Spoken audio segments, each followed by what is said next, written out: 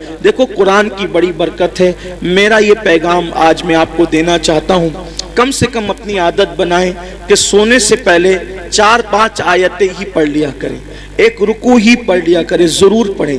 آپ دیکھیں قرآن شریف میں ایک سورت ہے, قرآن شریف میں ایک سورت ہے, اگر سونے سے پہلے اس سورت کو آپ پڑھ لیں, روزانہ پڑھنے کی عادت ڈالیں, تو یہ سورت کی تاثیر یہ ہے کہ آپ جو سوچو گے وہ ہوگا, جو سوچو گے وہ ہوگا. اس سورت کا نام ہے سورہ مزمل. 2 رکوع پر مشتمل ہے یہ سورت, اور 5 منٹ سے بھی کم کا وقت لگتا ہے. 5-6 دن اگر آپ اس کو ریگولر پڑھیں گے نا سورہ مزمل کو, تو آپ کو یہ زبانی یاد ہو جائے گی, اور آپ سورہ مزمل پڑھنے کے عادی بنے. جادو سے بچیں گے, سحر سے بچیں گے, بلاؤں سے بچیں گے, یہ ہے. پھر بھوکمری سے بچنا ہے, فاقہ کشی اور غربت سے, یعنی مالدار بننا ہے. سوتے ٹائم سورہ واقعہ کی تلاوت کر. سورہ واقعہ مالدار بنانے والی سورت ہے. ایک مرتبہ حضرت سیدنا عبداللہ ابن مسعود رضی اللہ تعالیٰ, آپ کے وصال کا وقت قریب تھا. حضرت سیدنا عثمان غنی آپ کے گھر گئے, اور جانے کے بعد کہنے لگے, بھائی عبداللہ آپ کی بڑی دینی خدمات ہے, اب ایسا لگتا ہے کہ تم دنیا میں زیادہ دن تک نہیں رہو گے, اور تمہاری بیٹیاں ہیں, اور آپ مجھے وصیت کر دیں کہ میں آپ کی بیٹیوں کے لیے کیا خدمت کر سکتا ہوں. حضرت عبداللہ ابن مسعود اٹھ کر بیٹھ گئے, کہنے لگے, عثمان میرے بھائی یاد رکھو, میری بیٹیاں کبھی بھوکی نہیں رہے گی, میری بیٹیاں کبھی فاقے سے نہیں رہے گی, میری بیٹیوں کو کبھی مال کی تنگی نہیں ہوگی, آپ پیسوں کی بات نہ کریں.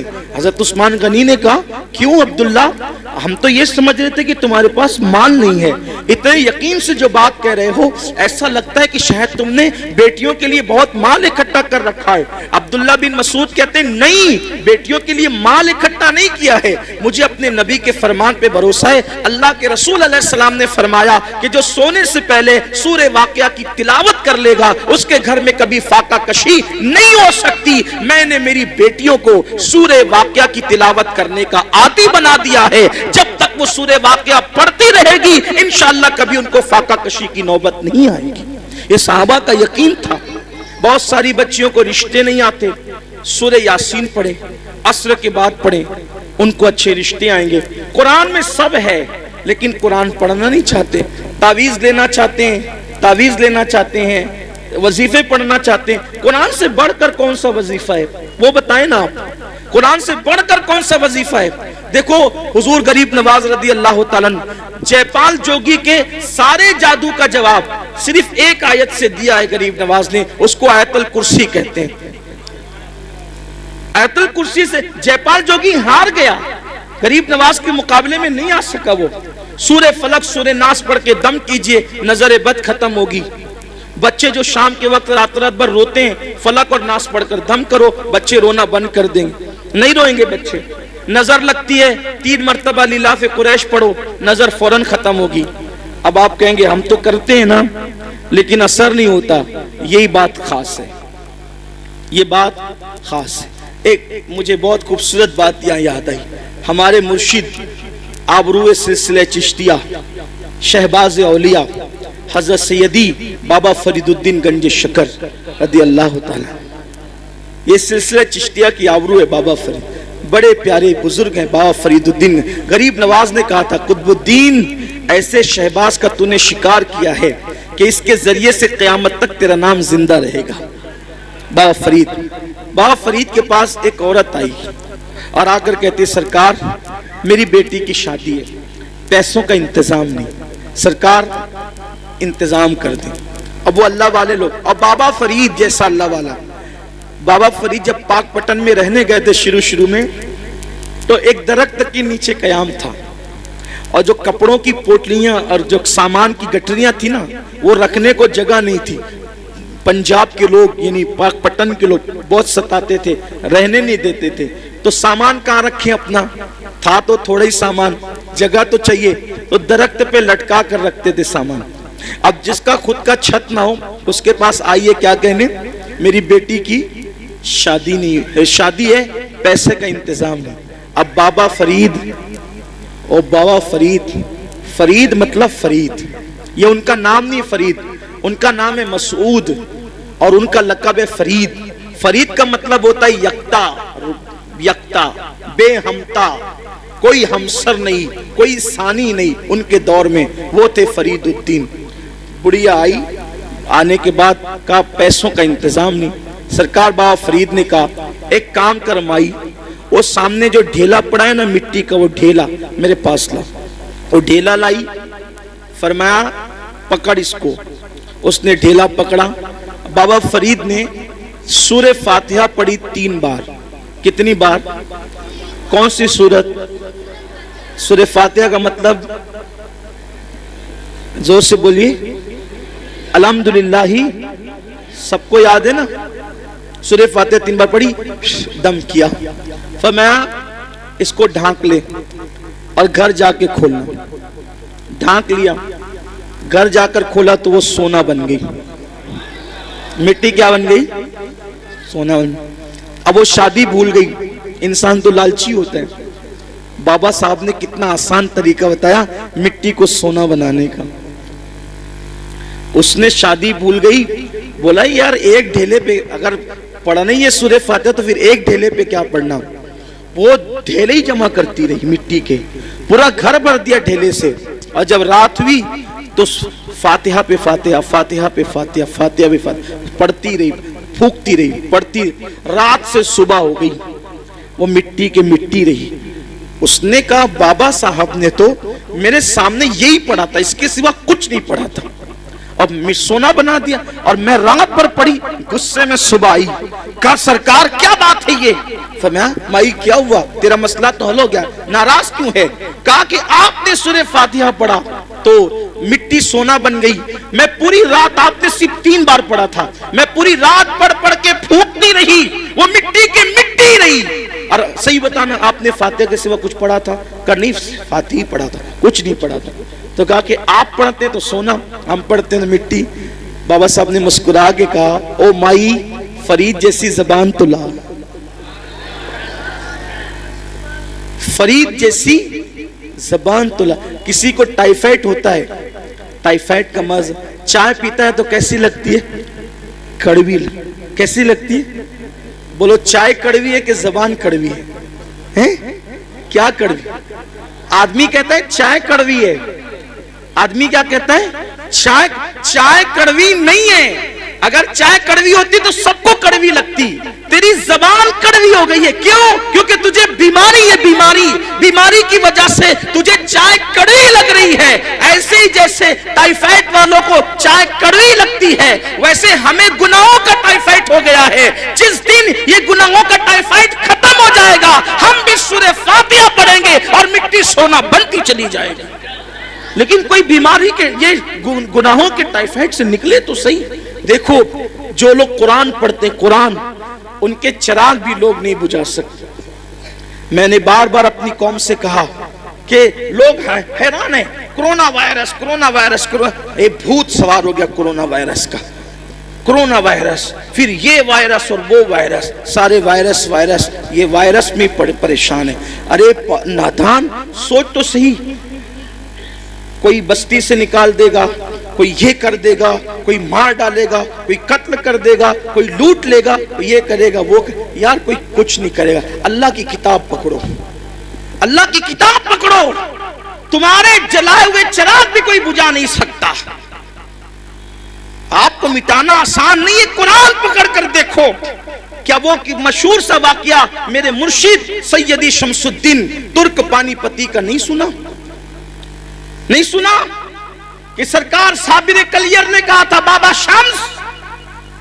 شمس جب تجھ سے کرامت کا ظہور ہو سمجھ جانا میرا انتقال ہو گیا, اور آ جانا پھر سیدھے کلیر اور پھر میرا انتقال ہو چکا ہوگا, لیکن مجھے ہاتھ نہیں لگانا. شمس الدین ترک پانی پتی گئے, دن بھر فوج میں کام کرتے تھے, رات کو قرآن پڑھتے تھے. بادشاہ حملے پہ حملے کر رہا تھا, ناکام ہو رہا تھا. ایک دن بادشاہ نے رات کے وقت ہاتھ اٹھا کے دعا کی, مولا کامیابی نہیں ملتی. ارشاد ہوتا ہے طوفان آئے گا اور جس کا چراغ طوفان میں بھی جل رہا ہوگا. یہ تو آپ نے بار بار سنا, اس کا اینڈ سن لے آپ, آج خاص اس کا اینڈ سن لے. شاید اس کا اینڈ آپ نے نہیں سنا ہوگا اب تک. کم سے کم مجھ سے تو نہیں سنا ہوگا, اس کا اینڈ سن لیں آپ. بادشاہ سے کہا طوفان آئے گا, چراغ نہیں بجھے گا. بادشاہ طوفان کا انتظار کرنے لگا. طوفان آیا, بادشاہ باہر نکلا تو خیمے سب کے اڑ گئے تھے. دیکھا کہ ایک چراغ جل رہا ہے, ایک چراغ جل رہا ہے, اور وہاں بیٹھ کر قرآن پڑھنے والا قرآن پڑھ رہا ہے. بابا شمدین کیا کر رہے تھے؟ قرآن پڑھ رہے. وہاں گئے, پیر پکڑ لیے, سرکار آپ دعا کر دے قلعہ فتح ہو جائے. فرمایا تو کسی غلط جگہ آ گیا, یہاں کیا ہے؟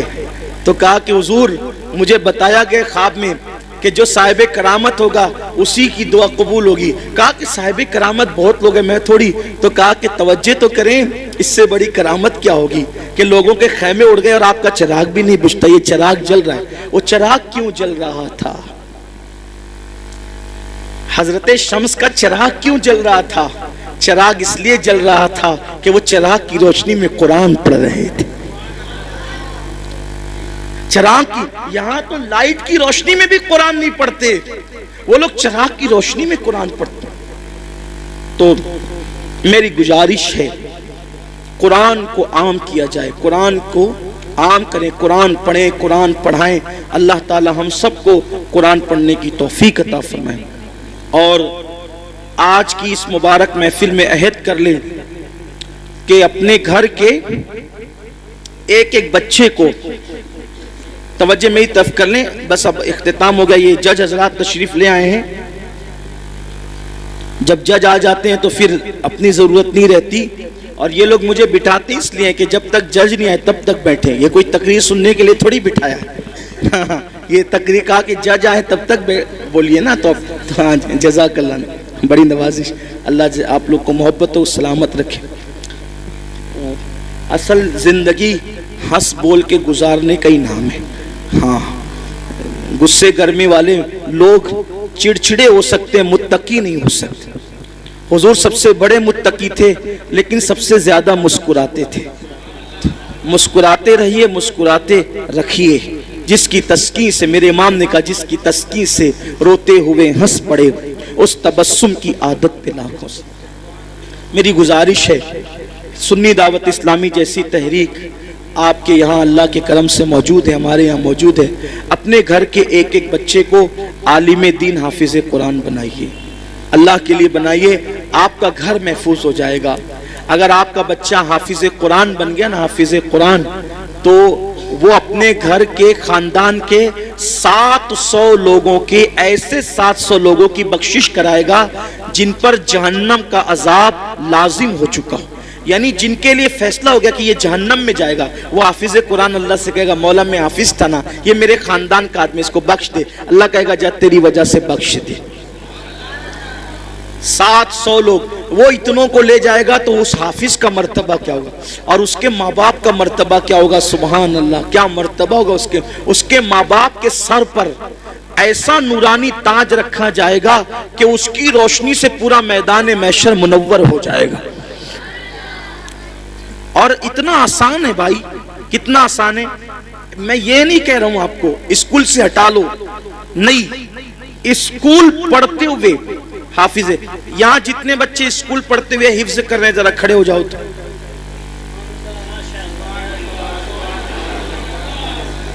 یہ سب بچے اسکول پڑھ پڑھ کے حفظ کر رہے ہیں, اور اس میں سے 6 بچے اس سال حافظ قرآن میں. کتنے؟ 5 بچے, معاف, جامعہ پہ 6 تھے, یہاں 5. وہ کون بچے؟ 5 بچے. آپ بیٹھ جاؤ, وہ 5 کون ہیں جو اس سال حافظ ہوئے یہاں سے؟ یہ 5 بچے. بیٹا تم کیا پڑھ رہے ہو ابھی؟ 10ویں پڑھ رہے ہیں. کیا نام بیٹے؟ عقیل احمد. تم کیا پڑھ رہے ہو بیٹا؟ کالج میں کیا کر رہے ہو؟ یہ سی اے بن رہے ہیں اور حافظ قرآن ہو چکے ہیں. تم کیا کر رہے ہو بیٹا؟ اسکول پڑھ چکے ہیں. کون سی, کہاں تک پڑھے ہو؟ 10ویں تک پڑھ کر انہوں نے قرآن حفظ کیا. تم بیٹا؟ یہ 11ویں 8ویں. ہمارے ساتھی ہیں, پرانے ساتھی, عبدالرشید بھائی, یہ ان کا بیٹا ہے محمد رضوان. ہاں, میں ابھی سوچ رہا تھا وہاں بیٹھے بیٹھے یہ آخری میں انہوں نے پڑھا نا پورا حفظ ہو گیا ان کا مکمل. میں نے سوچا اس کے باپ کا نکاح میں نے پڑھایا تھا, اب یہ اتنا بڑا ہو گیا کہ اس کا نکاح پڑھانے کا وقت آ گیا. اللہ تعالیٰ نے مجھے بھی کتنی عمر عطا فرمائی, اس کے باپ کا نکاح بھی پڑھاؤں, اس کا ہی پڑھاؤں گا انشاءاللہ, اس کے بیٹے کا بھی پڑھاؤں گا. کیا نام ہے بیٹا تم کیا کر رہے ہو؟ 11ویں یہ بھی پڑھ رہے ہیں آرٹس میں, اور یہ حافظ قرآن. یہ 5 بچے یہی اسکول نہیں چھوڑنا, اسکول پڑھتے ہوئے دین دنیا دونوں ساتھ ساتھ بیٹھو. یہ میں نے اسی منبر پہ بیٹھ کر ختم قرآن کے وقت ایک بات کہی تھی کہ ہم وہ دور چاہتے ہیں کہ جو تراویح پڑھانے والا ہو وہ ڈاکٹر ہو, ٹیچر ہو, وکیل ہو, انجینئر ہو. انشاءاللہ یہ منظر آپ چند سالوں کے اندر دیکھیں گے. آپ کا تعاون چاہیے, آپ کی مدد چاہیے. مدد اور تعاون میں یہ نہیں کہہ رہا ہوں کہ چندہ دے کر کرو, چندہ دینا ہو دو, مت دینا ہو مت دو, چندے کی کوئی بات نہیں ہے. دین کا کام اللہ رسول کی مدد سے چلتا ہے. اپنے بچے دو ہمیں, اپنے بچے. آپ سے ہمیں یہ تعاون چاہیے کہ آپ کے بچے چاہیے ہمیں. اور جیسے آپ اسکول کے لیے اپنے بچوں کو تنبیہ کر کے بھیجتے ہیں ویسے مدرسے میں بھیجئے یہاں. اور رپورٹ مفتی صاحب نے کہا نا ہر مہینہ رپورٹ جا رہی ہے, محنت ہو رہی ہے. دارالعلوم میں جو بڑے دارالعلوم میں جو تنخواہ دی جاتی ہے سنی دعوت اسلامی وہ اس مدرسے میں دے رہی ہے پارٹ ٹائم پڑھانے والوں کو. وجہ کہ بچے اچھے سے تعلیم حاصل کریں, سلسلہ جاری رہے, مضبوط تعلیم ہو تو ماں باپ کے سر پہ تاج ہوگا, تاج. کچھ آخرت کے لیے کر لو. آپ کا بچہ, میں یہ تھوڑی کہتا حافظ بننے کے بعد آپ امامت ہی کرائیے. ارے حافظ بننے کے بعد آپ اس کو کرانہ دکان پہ بٹھائیے, سال بھر کرانہ دکان سنبھالے گا, اس کے بعد وہ رمضان شریف میں تراویح پڑھائے گا. اورنگزیب سال بھر حکومت سنبھالتے تھے اور رمضان شریف میں دلی کی جامع مسجد میں تراویح پڑھاتے تھے. اور کیسے حافظ بنے؟ اب وہ بات پوری بول کے پوری کر دیتا ہوں, ختم کر دیتا ہوں. جو لوگ سن چکے ہیں وہ سن چکے, جو نہیں سنے ان تک پہنچے. میری بہنوں تک میری آواز پورے شہر میں پہنچ رہی ہے. ماؤں سے بھی کہتا ہوں جنتی بننا ہے, موقع ہے, اپنے بچوں کو عالم حافظ بناؤ. آپ کے لیے نجات کا ذریعہ بنے گا آپ کا بچہ. اورنگزیب کے بیٹے حافظ قرآن بنے. حافظ قرآن بنے تو اورنگزیب نے کہا جاؤ بیٹا دادا کو سلام کر, یعنی شاہ جہاں کو. کس کو؟ صاحب عالم شاہ جہاں کو سلام کر کے.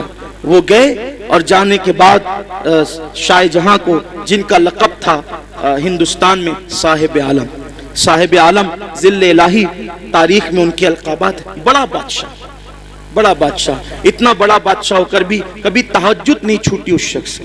شاہ جہاں تہجد گزار بادشاہ گزرا ہے, کبھی نماز نہیں چھوٹی اس شخص کی. شاہ جہاں جسے لوگوں نے تاریخ الٹ پلٹ کر دی, بادشاہوں سے بدگمان کرا دی.